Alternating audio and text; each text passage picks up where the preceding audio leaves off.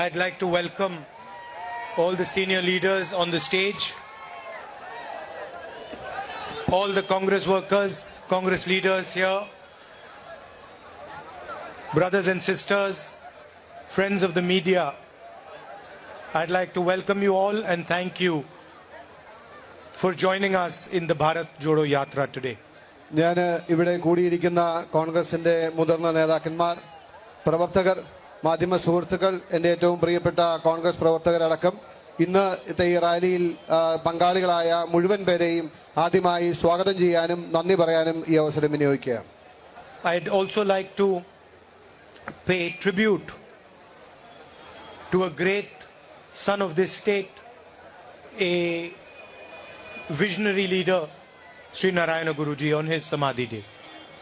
ഞാൻ ഈ മണ്ണിന്റെ മകനായ ഒരുപക്ഷെ ഭാരതം കണ്ട വലിയ ദക്ഷിണാശാലിയും ദീർഘദർശിയുമായിരുന്ന ഈ മണ്ണിന്റെ മകൻ ശ്രീനാരായണ ഗുരുവിന്റെ ഓർമ്മകൾക്ക് മുമ്പിൽ ആദരാഞ്ജലി അർപ്പിച്ചുകൊണ്ട് തുടങ്ങാൻ ആഗ്രഹിക്കുന്നു. A person who even today gives direction to the people of Kerala. ഗുരു എന്ന് പറയുന്നത് ഈ കാലത്തും ഈ മണ്ണിലെ ജനങ്ങൾക്ക് ദിശാബോധം നൽകുന്ന ഒരു വ്യക്തിത്വമാണ്. We have been walking through Kerala for some days now, and it has been an honor and a pleasure for me. ഞാൻ കഴിഞ്ഞ ഏതാനും ദിവസങ്ങളായി കേരളത്തിലൂടെ യാത്ര ചെയ്യുകയാണ്. ഇതെനിക്ക് തികച്ചും അഭിമാനവും സന്തോഷവും നൽകുന്ന നിമിഷങ്ങളാണ്. And throughout the day, I meet thousands and thousands of people and discuss their issues, their problems, their lives. ദിവസവും ഞാൻ ആയിരക്കണക്കിന് ആളുകളെ കാണുന്നു. അവരുടെ പ്രശ്നങ്ങളും പ്രയാസങ്ങളും പലരോടും ഞാൻ നേരിട്ട് ചോദിച്ച് മനസ്സിലാക്കുന്നുമുണ്ട്. It makes me very happy to walk the streets of Kerala, but it makes me sad to listen to what the people of Kerala have to say. എനിക്ക് കേരളത്തിന്റെ തെരുവുകളിലൂടെ നടക്കുമ്പോൾ വലിയ സന്തോഷമാണ്. എന്നാൽ അവരുടെ പ്രയാസങ്ങളും ബുദ്ധിമുട്ടുകളും കേൾക്കുമ്പോൾ എനിക്ക് സങ്കടമുണ്ടാകുന്നുണ്ട്. Every single youngster who I meet either does not have a job or is not happy with the job he has. ഞാൻ കണ്ട ഓരോ ചെറുപ്പക്കാരും അവർ ദുഃഖത്തോടു കൂടിയാണ് എന്നോട് സംസാരിച്ചത്. ഒന്നുകിൽ അവർക്ക് തൊഴിലില്ല, അല്ലെങ്കിൽ ഉള്ള തൊഴിൽ അവർ ഒട്ടും സംതൃപ്തരല്ല. The country is in a crisis of unemployment and high prices. ഈ രാജ്യം തൊഴിലില്ലായ്മയുടെയും വിലക്കയറ്റത്തിന്റെയും വലിയ ഒരു പ്രതിസന്ധിയിലൂടെ കടന്നു പോവുകയാണ്. You know better than me what is happening to fuel prices, to petrol prices, to gas cylinders. എന്നെക്കാളും നന്നായി നിങ്ങൾക്കറിയാം ഈ രാജ്യത്ത് ഇന്ധന വിലയുടെയും ഗ്യാസിന്റെ വിലയുടെയും അടക്കമുള്ള നിത്യോപയോഗ സാധനങ്ങളുടെ വില എന്തുപോലെയാണ് കുതിച്ചുയരുന്നത് എന്ന്. The people of Kerala and the people of India are being squeezed between unemployment and high prices. കേരളത്തിലെ ജനങ്ങളെയും ഭാരതത്തിലെ ജനങ്ങളെയും യഥാർത്ഥത്തിൽ പിഴിഞ്ഞെടുക്കുന്ന കാഴ്ചയാണ് നമ്മൾ കണ്ടുകൊണ്ടിരിക്കുന്നത്, ഈ വിലക്കയറ്റവും അതുപോലെ തന്നെ തൊഴിലില്ലായ്മയും കൊണ്ട്. It is not a nice thing to say, but our poor people are drowning in the waves of unemployment and price rise. പറയാൻ സന്തോഷമുള്ള കാര്യമല്ല, എന്നിരുന്നാലും ഈ രാജ്യത്തെ പാവങ്ങളും സാധാരണക്കാരും ഈ വിലക്കയറ്റത്തിലും തൊഴിലില്ലായ്മയിലും അവർ മുങ്ങി താണുകൊണ്ടിരിക്കുകയാണ്. Small and medium business sizes, owners of these businesses see no future. ചെറുകിട വ്യാപാര സ്ഥാപനങ്ങളും ചെറുകിട വ്യവസായികളും ഒന്നും ഈ രാജ്യത്ത് അവർക്ക് മുമ്പിൽ ശോഭനമായ ഒരു ഭാവി കാണാൻ കഴിയുന്നില്ല. Policies like demonetization and a flawed GST have destroyed their businesses. യഥാർത്ഥത്തില് നിരോധനം പോലെ, പണനിരോധനം പോലെ, അല്ലെങ്കിൽ GST തെറ്റായി നടപ്പിലാക്കിയ GST അടക്കമുള്ള കാര്യങ്ങൾ കൊണ്ട് അവരുടെ ഭാവി തച്ചുടച്ചിരിക്കുകയാണ്. Today I met entrepreneurs from the IT sector, and every single one of them complained about the lack of support that they have. ഇന്ന് ഞാൻ IT മേഖലയിലെ ഏതാനും പ്രമുഖരായിട്ടുള്ള പ്രധാനപ്പെട്ട ആളുകളെ കാണാനിടയായി. എന്നാൽ അവരെല്ലാവരും സർക്കാരിന്റെ തെറ്റായ നയ സമീപനങ്ങളും അല്ലെങ്കിൽ അവർക്ക് പിന്തുണ ലഭിക്കാത്ത ഒരു സർക്കാരിന്റെ നയങ്ങളെയും കുറിച്ച് പരാതിപ്പെടുകയുണ്ടായി. They come with the intention of bringing jobs to the people of Kerala, to the people of India, and they are faced with red tape, they are faced with corruption. It is almost impossible for them to build their businesses.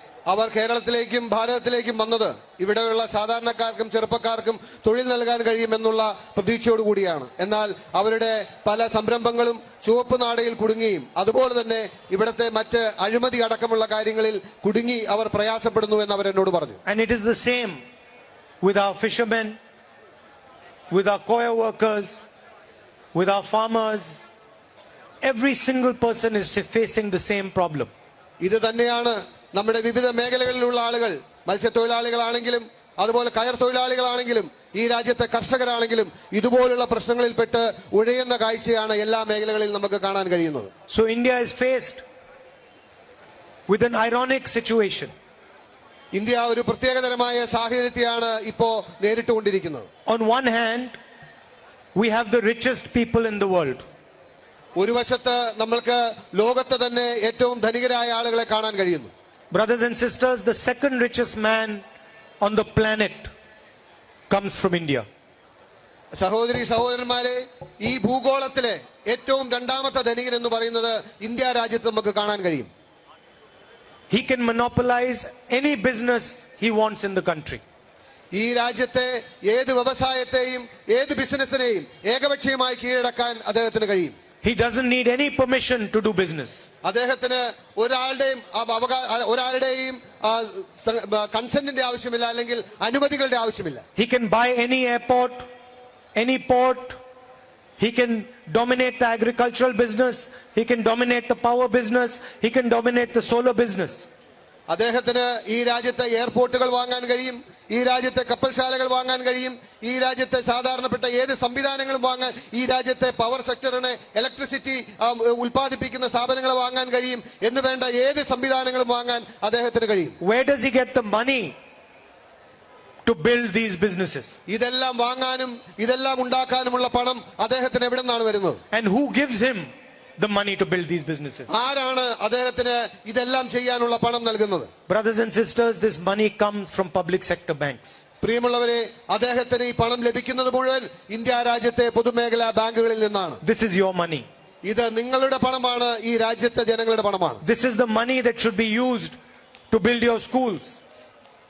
ഈ പണം ഈ രാജ്യത്തെ സാധാരണക്കാരന് വേണ്ടി, ഈ രാജ്യത്തെ വിദ്യാഭ്യാസ സ്ഥാപനങ്ങൾ പണിയുന്നതിന് വേണ്ടി To build your ഉപയോഗിക്കേണ്ട പണമാണ്. hospitals. ഈ രാജ്യത്ത് ആസ്പത്രികളും സ്കൂളുകളും പോലുള്ള സാധാരണക്കാരന് വേണ്ട സൗകര്യങ്ങൾ ഉണ്ടാക്കാൻ ഉപയോഗിക്കേണ്ട പണമാണ് ഈ പണം. To give loans to farmers in distress.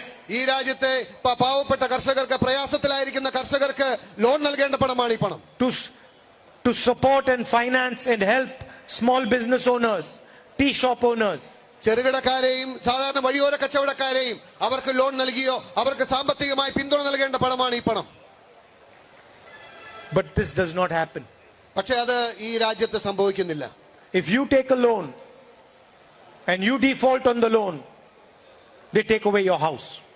നിങ്ങൾ ഒരു ബാങ്കിൽ നിന്നും വായ്പ എടുത്താൽ നിങ്ങൾക്ക് സമയത്ത് തിരിച്ചടക്കാൻ കഴിഞ്ഞില്ല എങ്കിൽ നിങ്ങളുടെ കുടുംബമടക്കം നിങ്ങളുടെ വീട് അവർ ജപ്തി ചെയ്ത് കൊണ്ടുപോകും. They call you a criminal. നിങ്ങളെ അവർ ക്രിമിനലായി കണക്കാക്കും. നിങ്ങളൊരു കുറ്റവാളിയെ പോലെയാണ് അവർ കണക്കാക്കുക. They take away your home.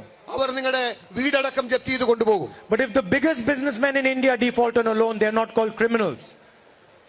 They are called non-performing assets.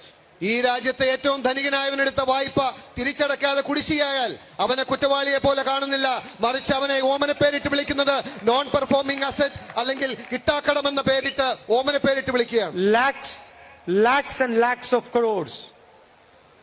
Lakhs and lakhs of crores have gone to the biggest businesses in the country. ഒന്നും രണ്ടും രൂപയല്ല, ലക്ഷക്കണക്കിന് കോടി രൂപയാണ് ഈ രാജ്യത്തെ വലിയ വ്യവസായികളുടെയും ബിസിനസ്സുകാരുടെയും കയ്യിലെത്തിപ്പെട്ടിട്ടുള്ളത്. During COVID, workers from across the country needed to go back home.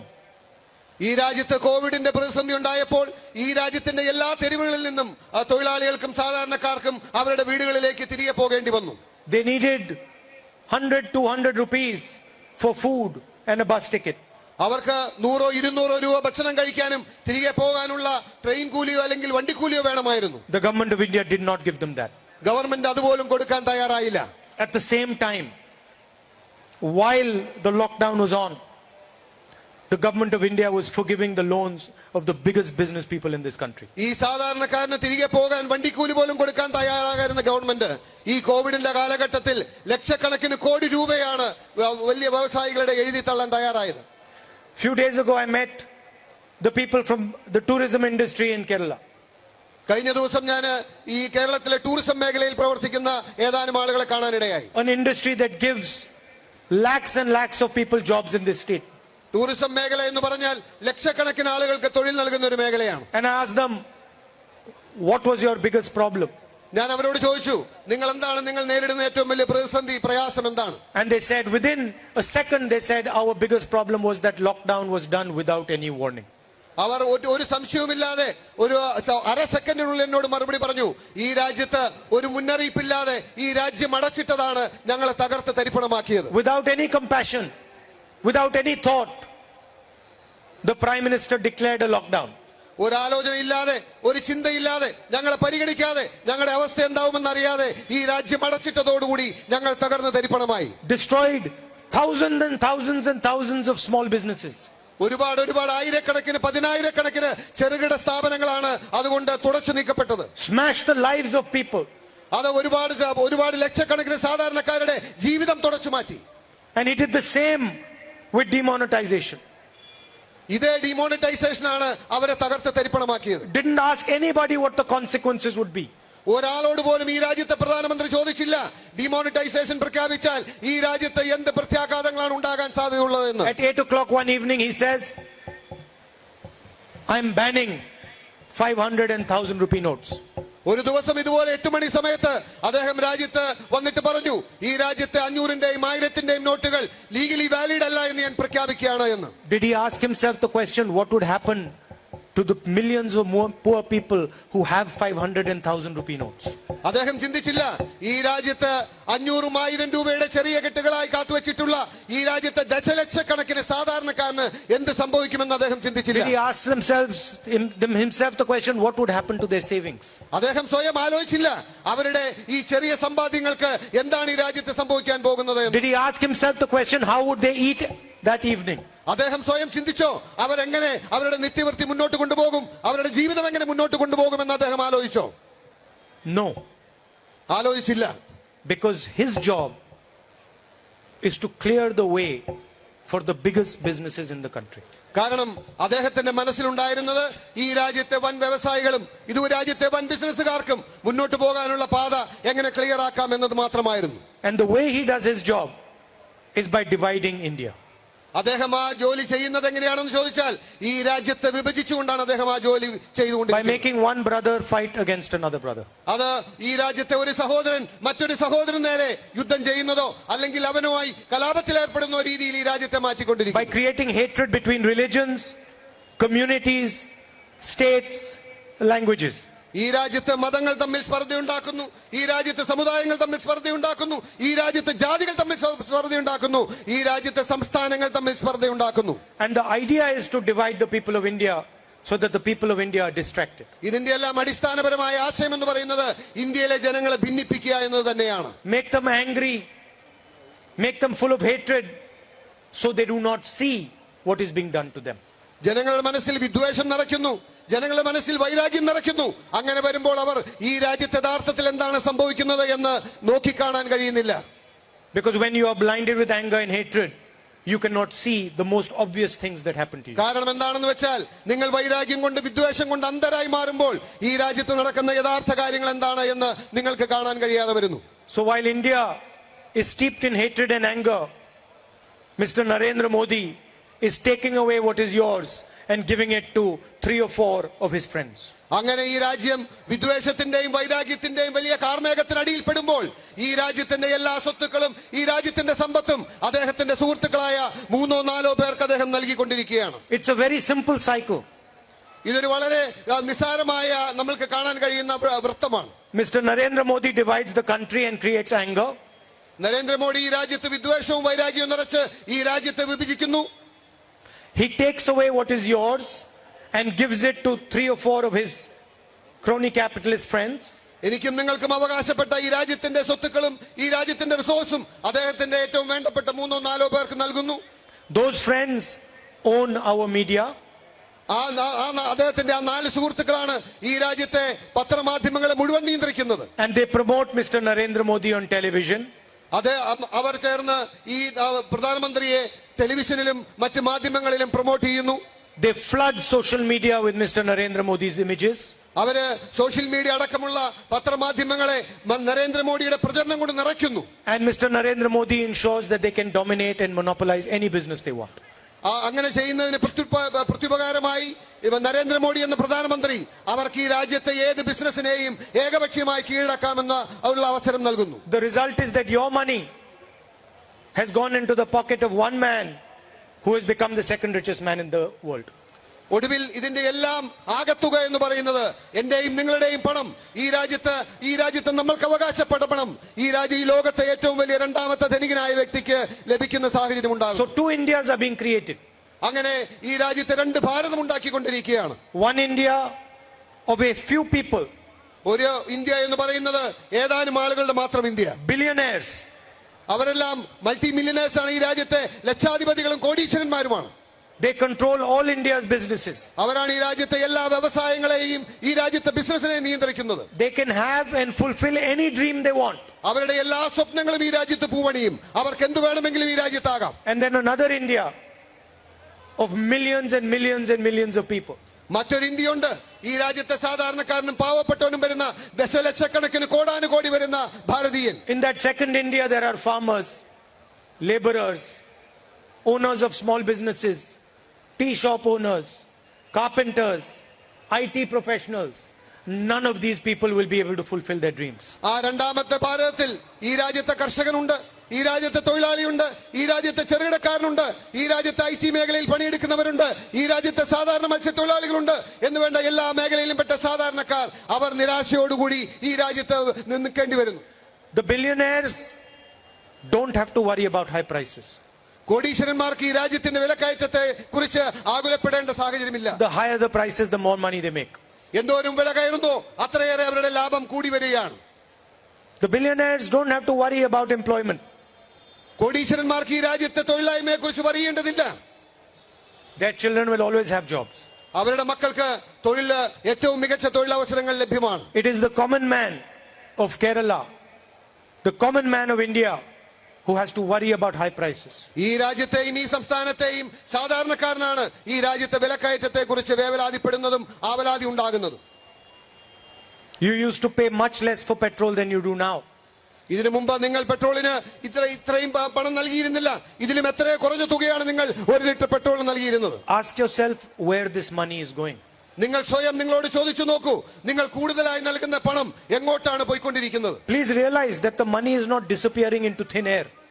നിങ്ങൾ ഒരിക്കലും ചിന്തിക്കരുത് നിങ്ങൾ അധികമായി നൽകുന്ന പണം എവിടെയോ ഇങ്ങനെ അലിഞ്ഞില്ലാതാവുകയാണ് എന്ന്. അതാർക്കോ ലഭിക്കുകയാണ്. I met the fishermen some days back and they said to me that we don't get a subsidy anymore. ഞാൻ കഴിഞ്ഞ ദിവസം മത്സ്യത്തൊഴിലാളികളെ കാണാനിടയായി. അവരുടെ പരാതി എന്ന് പറയുന്നത് അവർക്ക് കഴിഞ്ഞ കാലങ്ങളിൽ കിട്ടിയിരുന്ന സബ്സിഡി, അതായത് മണ്ണെണ്ണയ്ക്കോ പെട്രോളിനോ ലഭിച്ചിരുന്ന സബ്സിഡി ഇപ്പോൾ അവർക്ക് ലഭിക്കുന്നില്ല എന്നതാണ്. I said to them, that is the first question you have asked. ഞാൻ അവരോട് പറഞ്ഞു, നിങ്ങളുടെ ആദ്യത്തെ ചോദ്യം ഇതാണല്ലോ. Why are we not getting a subsidy? എന്തുകൊണ്ടാണ് ഞങ്ങൾക്ക് സബ്സിഡി ലഭിക്കാത്തത് എന്നാണ് അവരുടെ ആദ്യത്തെ ചോദ്യം. But there is a more important question you should ask. അതിനേക്കാളും പ്രധാനപ്പെട്ട ഒരു ചോദ്യം നിങ്ങൾ ചോദിക്കേണ്ടിയിരിക്കുന്നു. The money that is not coming to us, to whom is it going? ഞങ്ങൾക്ക് ലഭിച്ചുകൊണ്ടിരുന്ന സബ്സിഡി ഇല്ലാതായപ്പോ ആ പണം ഇപ്പോൾ ആർക്കാണ് ലഭിക്കുന്നത് എന്ന ചോദ്യമാണ് നിങ്ങൾ ചോദിക്കേണ്ടത്. Brothers and sisters, please realize money never disappears. പ്രിയമുള്ളവരെ, ഈ രാജ്യത്തെ ഒരു പണവും അന്തരീക്ഷത്തിൽ അലിഞ്ഞില്ലാതാകുന്നതല്ല. നിങ്ങൾക്ക് തരാതിരിക്കുന്ന പണം എവിടെയോ ആർക്കോ ലഭിക്കുന്നുണ്ട് എന്ന് നിങ്ങൾ തിരിച്ചറിയണം. It is physically impossible for money to disappear. അത് ഒരു കാരണവശാലും ഈ രാജ്യത്ത് ഒരു പണത്തെയോ ധനത്തെയോ ഇല്ലാതാക്കാൻ കഴിയില്ല. മറിച്ച് അത് മറ്റാർക്കോ ലഭിക്കുകയാണ്. Money moves. പണം ഇങ്ങനെ സർക്കുലേറ്റ് ചെയ്തുകൊണ്ടിരിക്കുകയാണ്. ചക്രണമാണ് നടക്കുന്നത്. ഒരു മേഖലയിൽ നിന്നും ഒരു സ്ഥലത്ത് നിന്നും മറ്റൊരു സ്ഥലത്തേക്ക് സഞ്ചരിക്കുന്നു. It can either come into your pocket, അത് വേണമെങ്കിൽ നിങ്ങളുടെ പോക്കറ്റിലേക്ക് വരാം, or it can go into somebody else's pocket. അല്ലെങ്കിൽ മറ്റാരുടെയെങ്കിലും പോക്കറ്റിലേക്ക് പോകാം. But remember, it has to go into someone's pocket. പക്ഷേ ഒരു കാര്യം നിങ്ങൾ ഓർക്കണം, അത് ആരുടെയെങ്കിലും പോക്കറ്റിൽ ചെന്നിട്ടുണ്ടാകും. When we did Narega, the money went into your pocket. നമ്മൾ ഈ രാജ്യത്തെ തൊഴിലുറപ്പ് പദ്ധതി നടപ്പിലാക്കിയപ്പോൾ ആ പണം നിങ്ങളുടെ പോക്കറ്റിനെ തേടിയാണ് വന്നത്. When we did the right to food, money went into your pocket. നമ്മൾ ഈ രാജ്യത്ത് ഫുഡ് സബ്സിഡി ഭക്ഷ്യസുരക്ഷ നടപ്പിലാക്കിയപ്പോൾ ആ പണം നിങ്ങളുടെ പോക്കറ്റിനെ തേടിയാണ് വന്നത്. When we fought for the land acquisition bill, and I'm seeing on this highway all the houses that are being broken and the compensation you're getting, the money that is going into your pocket came because we stood for you. ഈ രാജ്യത്തെ ഭൂമി ഏറ്റെടുക്കലിന്റെ നിയമം ഞങ്ങൾ നടപ്പിലാക്കിയപ്പോൾ ആ പണം നിങ്ങൾ ഓരോരുത്തർക്കും വേണ്ടിയാണ് നിങ്ങളുടെ പോക്കറ്റിനെ തേടിയാണ് വന്നത്. ഞാൻ വന്നപ്പോൾ കണ്ടു ഈ ഹൈവേ വികസനത്തിന് വേണ്ടി ഏറ്റെടുത്ത ഭൂമി അതിനെല്ലാം കൃത്യമായ അല്ലെങ്കിൽ അർഹമായ തുക ജനങ്ങൾക്ക് ലഭിക്കുന്നു എന്ന് ഉറപ്പുവരുത്താൻ ആ നിയമം ഉണ്ടായി. When we gave 70,000 crore rupees to India's farmers, we put money in their pocket. ഞങ്ങൾ കാർഷിക കടം എഴുതിത്തള്ളിക്കൊണ്ട് ഈ രാജ്യത്ത് 70,000 കോടി രൂപ എഴുതിത്തള്ളിയപ്പോൾ ഈ രാജ്യത്തിന്റെ കർഷകന്റെ പോക്കറ്റിലേക്കാണ് ആ പണം എത്തിച്ചേർന്നത്. When Narendra Modi criticizes Narega in the Parliament House, he's trying to take money out of your pocket. Narendra Modi പാർലമെന്റിൽ ഈ രാജ്യത്തെ തൊഴിലുറപ്പ് നടപ്പിലാക്കിയ തൊഴിലുറപ്പ് പദ്ധതിയെ വിമർശിക്കുമ്പോൾ നിങ്ങൾ മനസ്സിലാക്കേണ്ടത് ആ പണം തിരിച്ചെടുക്കാനാണ് അദ്ദേഹം പരിശ്രമിക്കുന്നത്. When Narendra Modi ji passes the 3 farm laws, black laws, he's trying to take money out of the pocket of farmers. ഈ രാജ്യത്ത് കറുത്ത കാർഷിക നിയമങ്ങൾ നടപ്പിലാക്കിയതോടുകൂടി ഈ രാജ്യത്തെ കർഷകനിൽ നിന്നും ആ പണം തട്ടിയെടുക്കാനാണ് ഈ രാജ്യത്തിന്റെ പ്രധാനമന്ത്രി പരിശ്രമിച്ചത്. When Narendra Modi ji does demonetization, he's taking money out of your pocket. ഈ രാജ്യത്ത് നിരോധനം നടപ്പിലാക്കിയപ്പോൾ, ഡിമോണിറ്റൈസേഷൻ നടപ്പിലാക്കിയപ്പോൾ നിങ്ങളിൽ സാധാരണക്കാരിൽ നിന്നും ആ പണം തിരിച്ചെടുക്കാനാണ് Narendra Modi പരിശ്രമിച്ചത്. When he hits you with the GST with 5 different taxes, 28% taxes, he's taking money out of your pocket. ഈ രാജ്യത്ത് തെറ്റായ രീതിയിൽ GST നടപ്പിലാക്കി അത് 28% വരെ ടാക്സ് ഏർപ്പെടുത്തിയപ്പോൾ നിങ്ങളെ ഓരോരുത്തരുടെയും പോക്കറ്റിൽ നിന്നും ആ പണം തിരിച്ചെടുക്കാനാണ് Narendra Modi പരിശ്രമിച്ചത്. The game is very, very simple. ഈ രാജ്യത്ത് നടക്കുന്ന കളി എന്ന് പറയുന്നത് വളരെ സിമ്പിൾ ആണ്. Either the money goes into the vast majority of Indian people's pockets, ഒന്നുകിൽ ഈ രാജ്യത്തെ മഹാഭൂരിപക്ഷം വരുന്ന കോടാനുകോടി സാധാരണക്കാരന്റെ കയ്യിലേക്ക് പണം ചെല്ലുക, or then the money goes into a chosen few people's pockets. അതല്ലെങ്കിൽ ഈ രാജ്യത്തെ തെരഞ്ഞെടുക്കപ്പെട്ട ഏറ്റവും പ്രിയപ്പെട്ടവരായിട്ടുള്ള ഏതാനും ആളുകൾക്ക് ആ പണം ലഭിക്കുന്ന സാഹചര്യം So the next time you're filling petrol in your scooter or in your car and you see the price has gone up, ask yourself the question, where is this money going? In whose pocket is this money going? അടുത്ത വട്ടം നിങ്ങൾ നിങ്ങളുടെ സ്കൂട്ടറിലോ കാറിലോ പെട്രോളോ ഡീസലോ അടിക്കുമ്പോൾ നിങ്ങൾ കൂടുതലായി നൽകുന്ന പണം നിങ്ങൾ സ്വയം നിങ്ങളോട് തന്നെ ചോദിക്കണം, ഞാൻ കൂടുതലായി നൽകുന്ന ഈ പണം ഈ രാജ്യത്ത് ആരുടെ പോക്കറ്റിലാണ് പോകുന്നത് എന്ന്. Don't just say petrol has become more expensive. വെറുതെ ഈ രാജ്യത്ത് ഇന്ധന വില വർദ്ധിച്ചു എന്ന് മാത്രം പറഞ്ഞ് അവിടെ നിങ്ങളുടെ ചിന്ത അവസാനിപ്പിക്കരുത്. Ask yourself the question, into whose pocket is the money from the expensive petrol going? നിങ്ങൾ സ്വയം ആത്മപരിശോധനയോടുകൂടി സ്വയം ഒരു ചോദ്യം ചോദിക്കണം, ഞാൻ കൂടുതലായി നൽകുന്ന ഈ പണം ആർക്കാണ് ലഭിക്കുന്നത് എന്ന്. These are some of the ideas behind the Bharat Jodo Yatra. ഇതൊക്കെയാണ് ഈ ഭാരത് ജോഡോ യാത്രയിൽ ജനങ്ങളോട് പറയാൻ വേണ്ടി ഞങ്ങൾ കരുതി വെച്ചിട്ടുള്ള ആശയം എന്ന് പറയുന്നത്. We are not ready to accept an India that is divided and full of hatred. വിഭജിക്കപ്പെട്ട ഒരു ഇന്ത്യ, ഇന്ത്യയിലെ വിദ്വേഷം നിറയ്ക്കപ്പെട്ട ഒരു ഇന്ത്യ, വൈരാഗ്യം നിറയ്ക്കപ്പെട്ട ഒരു ഇന്ത്യ, അതിനെ ഞങ്ങൾ അംഗീകരിക്കുന്നില്ല എന്ന ആശയമാണ് ഭാരത് ജോഡോ യാത്രയിലൂടെ മുന്നോട്ട് വെക്കുന്നത്. We do not recognize this India and this is not our India. ഞങ്ങൾ അറിയുന്ന ഇന്ത്യ, ഞങ്ങൾ വളർന്ന ഇന്ത്യ, നമ്മൾ സ്വപ്നം കാണുന്ന ഇന്ത്യ എന്ന് പറയുന്നത് ഈ ഇന്ത്യയല്ല. വിദ്വേഷവും വൈരാഗ്യവും നിറഞ്ഞ ലോകത്ത് അഭിമാനത്തോടു കൂടി നിന്നിരുന്ന നമ്മുടെ ഇന്ത്യ ഇതല്ല. Our India is full of affection for its people. India, നമ്മുടെ ഇന്ത്യ രാജ്യം എന്ന് പറയുന്നത് ഈ പരസ്പര സ്നേഹവും സൗഹാർദ്ദവും സ്നേഹം കൊണ്ട് നിറഞ്ഞ മണ്ണായിരുന്നു, രാജ്യമായിരുന്നു India. Our India is an India where brother loves and supports brother. നമ്മുടെ ഇന്ത്യ എന്ന് പറയുന്നത് ഏകോദര സഹോദരന്മാരെ പോലെ കഴിഞ്ഞു വന്നവരാണ്. മറ്റൊരു സഹോദരനെ സഹായിക്കാൻ മതമോ ജാതിയോ തടസ്സമായിരുന്നില്ല. പരസ്പരം സ്നേഹിക്കുന്ന, പരസ്പര സഹോദര്യവും സഹവർത്തിത്വവും ഉണ്ടായിരുന്ന ഇന്ത്യയാണ് നമ്മുടെ India. So the first message of Bharat Jodo Yatra is, we will not accept the hatred and the violence that P and RSS are spreading in our country. അതുകൊണ്ട് ഭാരത് ജോഡോ യാത്ര മുന്നോട്ട് വെക്കുന്ന ആദ്യത്തെ ആശയം എന്ന് പറയുന്നത് ഇന്ത്യ രാജ്യത്തെ വിദ്വേഷം കൊണ്ടും വൈരാഗ്യം കൊണ്ടും നിറയ്ക്കുന്ന RSSന്റെയും സംഘപരിവാറിന്റെയും അജണ്ട ഞങ്ങൾ അംഗീകരിക്കില്ല എന്നതാണ് ഭാരത് ജോഡോ യാത്രയുടെ ആദ്യത്തെ ആശയം എന്ന് പറയുന്നത്. The second message is, we will not accept an India which is unfair to the large majority of Indian people. രണ്ടാമത്തെ ആശയം എന്ന് പറയുന്നത് ഈ രാജ്യത്തെ മഹാഭൂരിപക്ഷം വരുന്ന ദശകോടികളായിട്ടുള്ള ഈ രാജ്യത്തെ സാധാരണക്കാരനോടും പാവപ്പെട്ടവനോടും അനീതി കാണിക്കുന്ന ഒരു രാജ്യത്തെ ഞങ്ങൾ അക്സെപ്റ്റ് ചെയ്യില്ല എന്നതാണ് ഭാരത് ജോഡോ യാത്ര മുന്നോട്ട് വെക്കുന്ന രണ്ടാമത്തെ ആശയം എന്ന് പറയുന്നത്. We will not accept an India where millions and millions of youngsters cannot find a job, have to beg for a job, and then have to commit suicide because they cannot get a job. മൂന്നാമതായി ഭാരത് ജോഡോ മുന്നോട്ട് വെക്കുന്ന ആശയം എന്ന് പറയുന്നത് ദശലക്ഷക്കണക്കിന് ചെറുപ്പക്കാർ തൊഴിലില്ലാതെ ഈ രാജ്യത്ത് അലയുന്നത്, ഈ രാജ്യത്ത് തൊഴിൽ ലഭിക്കാതെ ആത്മഹത്യ ചെയ്യുന്നത്, ചെറുപ്പക്കാർ നിരാലംബരായി നിരാശരായി ഈ രാജ്യത്ത് അലഞ്ഞു നടക്കുന്ന ആ ഒരു രാജ്യത്തെ ഞങ്ങൾ അംഗീകരിക്കുന്നില്ല. അതല്ല ഞങ്ങളുടെ ഇന്ത്യ എന്നതാണ് മൂന്നാമത്തെ ആശയം. We will not accept an India where parents spend their entire life's earnings trying to educate their children, trying to send their children to school and then to college, to university, only to be told that your child cannot get a job. വീണ്ടും ഭാരത് ജോഡോ യാത്ര പറയുന്നു, ഈ രാജ്യത്ത് ഒരു പുരുഷായുസിന്റെ മുഴുവൻ അധ്വാനം, ഒരു ജീവിതത്തിന്റെ മുഴുവൻ അധ്വാനം തന്റെ മകന്റെയോ മകളുടെയോ വിദ്യാഭ്യാസത്തിന് വേണ്ടി ചെലവാക്കിയിട്ട് ഒടുവിൽ കിട്ടുന്ന വാർത്ത എന്ന് പറയുന്നത്, ഒടുവിൽ കിട്ടുന്ന റിസൾട്ട് എന്ന് പറയുന്നത് തന്റെ മകൾക്കോ മകനോ ഈ രാജ്യത്തൊരു തൊഴിലില്ല എന്ന് പറയുന്ന ഈ ഒരു ഇന്ത്യയെ ഞങ്ങൾ അക്സെപ്റ്റ് ചെയ്യുന്നില്ല എന്നതാണ്. And we will not accept an India where the vast majority of poor people are drowning in high prices. അടുത്ത കാര്യം, ഈ രാജ്യത്തെ മഹാഭൂരിപക്ഷം വരുന്ന സാധാരണക്കാരനും പാവപ്പെട്ടവനും കടത്തിൽ മുങ്ങിത്താഴുന്ന, അവരില്ലായ്മപ്പെട്ടു പോകുന്ന, അവരുടെ ജീവിതം ഒഴുകി പോകുന്ന ഈ രാജ്യത്തെ നമ്മൾ അംഗീകരിക്കുന്നില്ല. അതായിരുന്നില്ല ഞാനും നിങ്ങളും ജീവിച്ച India. And I would like to thank all of you for supporting this idea of Bharat Jodo Yatra. ഞാൻ എന്റെ ഹൃദയത്തിൽ നിന്നും നിങ്ങളെ എല്ലാവരോടും നന്ദി പറയാൻ ആഗ്രഹിക്കുന്നു. ഈ ആശയങ്ങളെ പിന്തുണയ്ക്കാൻ നിങ്ങൾ എല്ലാവരും ഇതുപോലെ ഇങ്ങോട്ട് ഒഴുകി വന്നതിന് ഞാൻ എന്റെ ഹൃദയത്തിൽ നിന്നും നിങ്ങളോട് നന്ദി പറയുകയാണ്. Look, there are many ways to support things. പല രീതിയിൽ നിങ്ങൾക്ക് പിന്തുണയ്ക്കാം. You can support things by just standing there and saying, I support this. നിങ്ങൾക്ക് വേണമെങ്കിൽ നിങ്ങൾ നിൽക്കുന്നിടത്ത് നിന്ന് ഇത് കാഴ്ചക്കാരനെ പോലെ നിന്നിട്ട് ഞാൻ ഇതിനെ പിന്തുണയ്ക്കുന്നുണ്ട് എന്ന് പറയാം. And then you can support something with love, affection, and giving it your full energy. എന്നാൽ അങ്ങനെയല്ല, ഞാൻ പിന്തുണയ്ക്കുന്നത് സ്നേഹം നൽകി, നിങ്ങളുടെ ആത്മാർത്ഥത നൽകി, നിങ്ങളുടെ പിന്തുണ നൽകി, ആത്മാർത്ഥമായി അതിനെ ഹൃദയത്തിൽ നിന്നും നിങ്ങൾക്ക് പിന്തുണയ്ക്കാൻ കഴിയും. അങ്ങനെ രണ്ട് രീതിയിലുള്ള പിന്തുണയാകാം. You are supporting the Bharat Jodo Yatra with love, affection, and all your energy. ഞാൻ ഏറെ സ്നേഹത്തോടെ നിങ്ങളോട് പറയട്ടെ, നിങ്ങൾ ഈ ഭാരത് ജോഡോ യാത്രയെ പിന്തുണയ്ക്കുന്നത് കാഴ്ചക്കാരെ പോലെ നിന്നിട്ടല്ല. നിങ്ങൾ നിങ്ങളുടെ ഹൃദയം തന്ന്, നിങ്ങളുടെ സ്നേഹം തന്ന്, നിങ്ങളുടെ എല്ലാം തന്ന് എന്നെ ഈ ഭാരത് ജോഡോ യാത്രയെ സ്നേഹിക്കുന്നതിനെ ഞാൻ അഭിവാദ്യം ചെയ്യാൻ ഈ അവസരം വിനിയോഗിക്കുകയാണ്. Millions of people are doing it.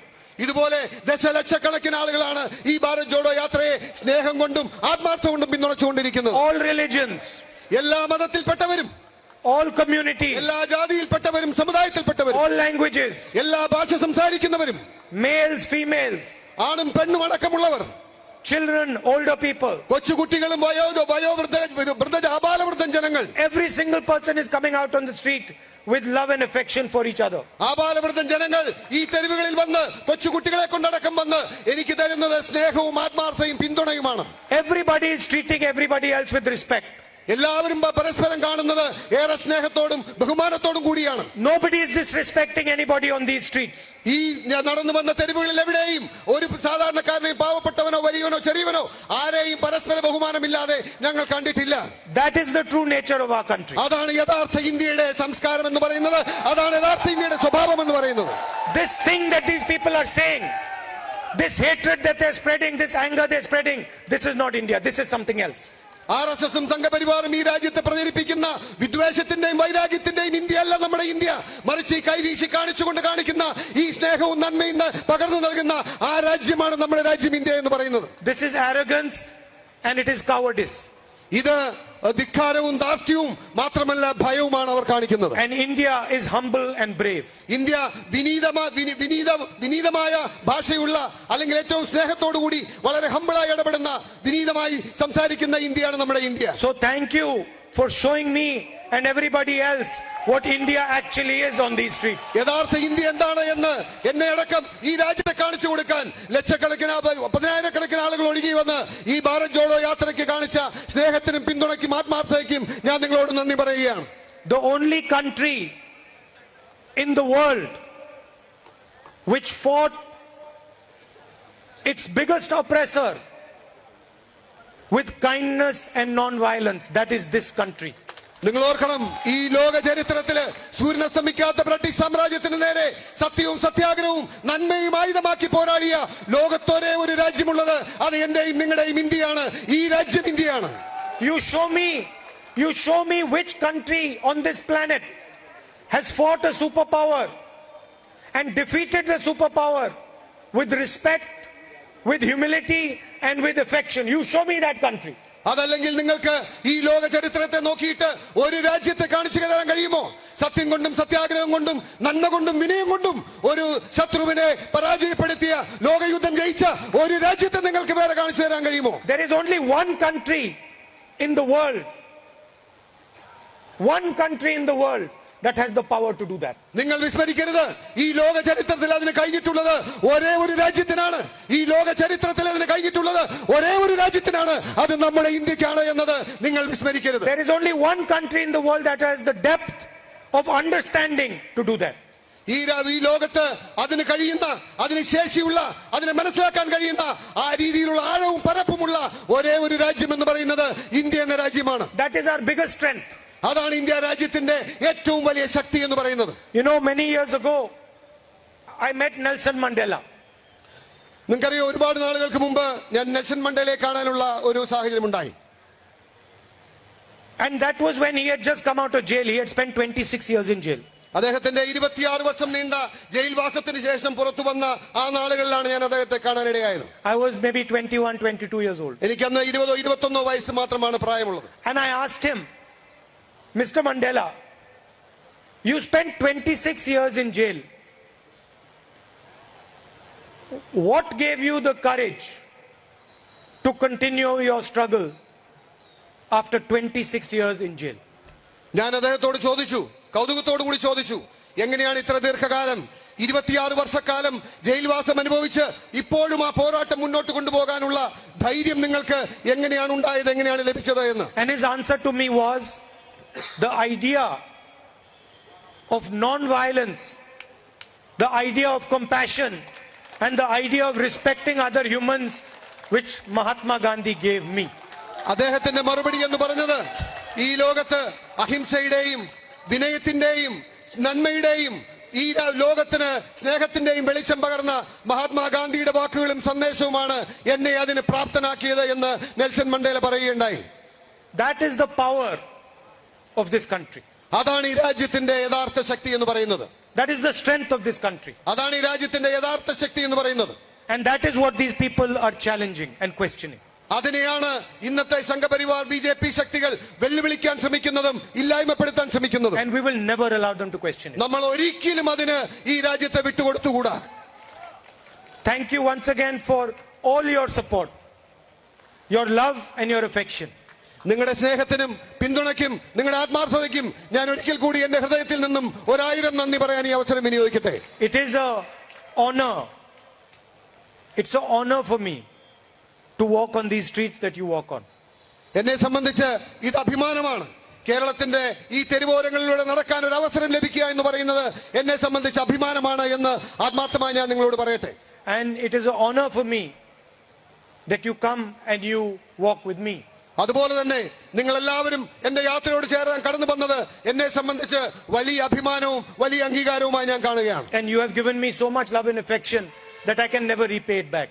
നിങ്ങൾ എനിക്ക് തന്ന സ്നേഹം, നിങ്ങൾ എന്നോട് കാണിച്ച ആത്മാർത്ഥത, നിങ്ങൾ എന്നോട് കാണിച്ച നന്മ എനിക്ക് ഒരു രീതിയിലും തിരിച്ചു തരാൻ കഴിയുമെന്ന് ഞാൻ കരുതുന്നില്ല. So I am indebted to you for the rest of my life. അതുകൊണ്ട് എന്റെ ശിഷ്ടകാല ജീവിതത്തിൽ ഞാൻ നിങ്ങളോട് കടപ്പെട്ടവനായിരിക്കുന്നു. Thank you. ഒരുപാട് നന്ദി.